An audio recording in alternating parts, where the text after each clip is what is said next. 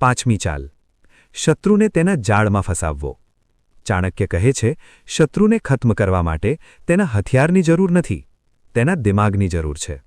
અર્થાત, જે ચાલ તે તમારા સામે રમે છે, એ જ ચાલ તમે તેના વિરુદ્ધ ફેરવી દો. આ જ સાચી જીત છે. શતરંજમાં જ્યારે સામેનો ખેલાડી ચાલ રમે છે, ત્યારે સમજદાર ખેલાડી એ જ ચાલને તેની હાર બનાવી દે છે. મિત્રો, આ તો માત્ર શરૂઆત છે.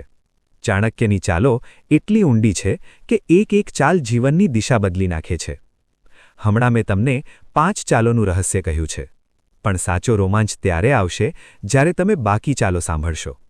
કારણ કે આગળની ચાલ એટલી ખતરનાક છે કે જો માણસ તેને શીખી લે તો તેનો કોઈ પણ શત્રુ, કેટલો પણ શક્તિશાળી કેમ ન હોય, ક્યારેય ઊભો રહી શકતો નથી.